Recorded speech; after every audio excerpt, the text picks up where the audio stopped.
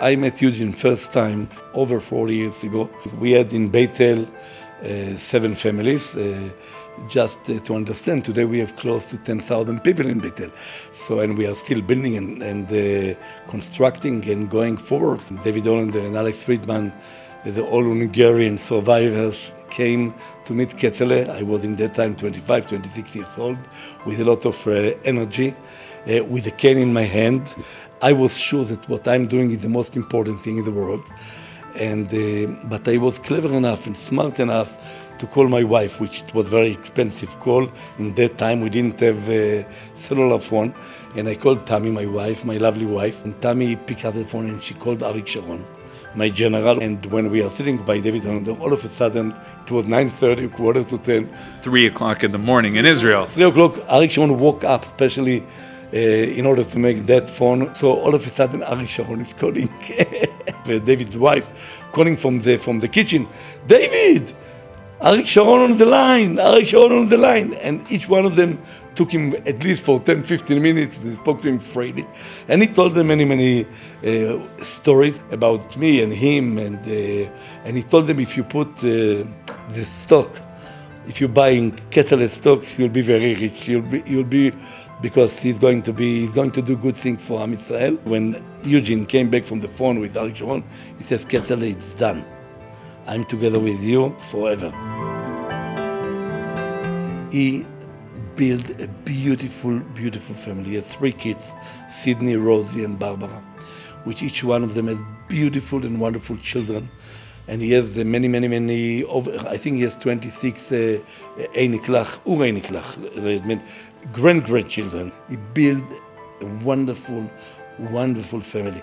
The old children, Sydney, Rosie and Barbara, all of them very idealistic people, involved of what doing here in Eretz Israel, in the state of Israel, and the children and the grandchildren, each one of them is a flower. He was not only a leader of building Eretz Israel, Am Israel, and the state of Israel, but he built a beautiful, beautiful family, which will be the continuity of the dynasty which he built in his life. He knew her after the Holocaust.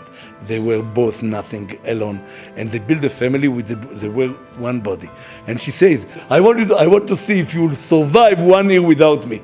And the emes is that it took Biduk exactly 1 year, and he could not survive. He needed, the one who see his last speech, he said, Ma'eshes Chayil, he started to cry. And him and his wife also was a great example in what way a Jewish family has to be.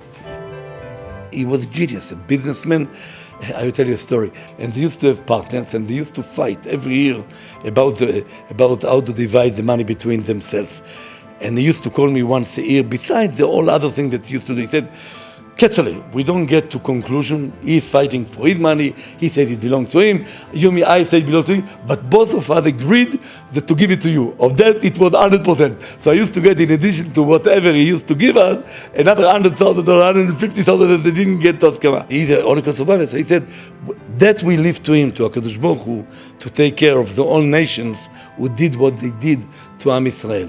We have to take care to build. This is the biggest nekome. By having more kids, by having more children, by building more families, by building yeshuvim in Eretz Israel, by taking care of defending Israel, building Israel, educating Am Israel. He says this is the biggest nekama. When the world see that they didn't succeed to bring us down, that we are reviving ourselves, we have the koyach to be again and again what HaKadosh Baruch Hu wanted us to be.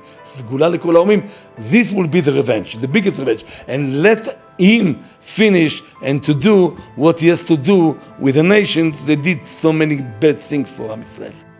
He loved Reb Zalman Melamed, the Rosh Yeshiva. Every meeting and every conversation with me, it was always ended by saying, give my love and my warm regards to Reb Zalman and telling that I love him so much. He was not afraid from controversial issues. He was a very courageous man. He didn't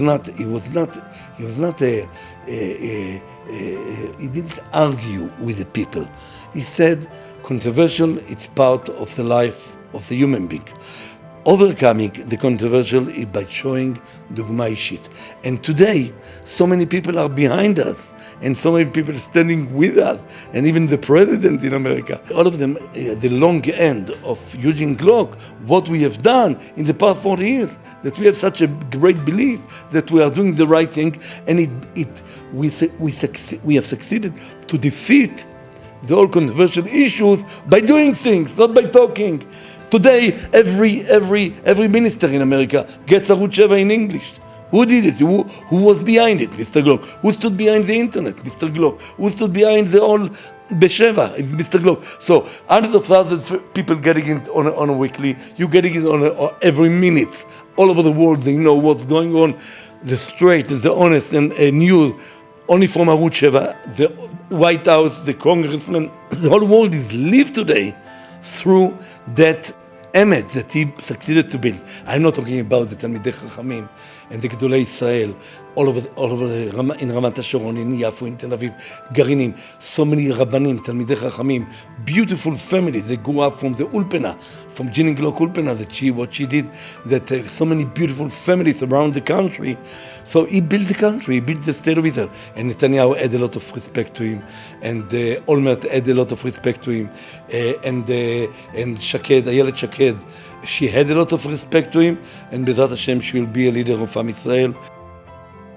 I remember when they used to come here, and so he's giving me a check for $100,000 to the yeshiva. So Jeannie, his wife, saying, Eugen, you are not going to take the money with you to the kever. You are not. Give him 200. So he used he tore it up, and he gave me a check for 200,000. She says, Eugen, you are not going to take your money to the grave. Give him more. You have more. Give him more. He said, what can I do, Ketzler? He used to say, we should not let it get us. We will get it. It wasn't. He used to say, when you come to deal, you have to do it respectful and appropriate. He used to say, never change. There were few sentences he always used to say, Ketzler, never change. Never be changed, or never being changed, or never change. Never change. Or Ketzler, we should not let, when we face problems, he used to say, we should not let it get us, we will get it. We should not let it get us, we will get it. In what way? Respectful and appropriate. It means it was a very polite man, but very strong man. He was a leader. And the same, and I can say it about his family, that they are very nice, beautiful, beautiful family.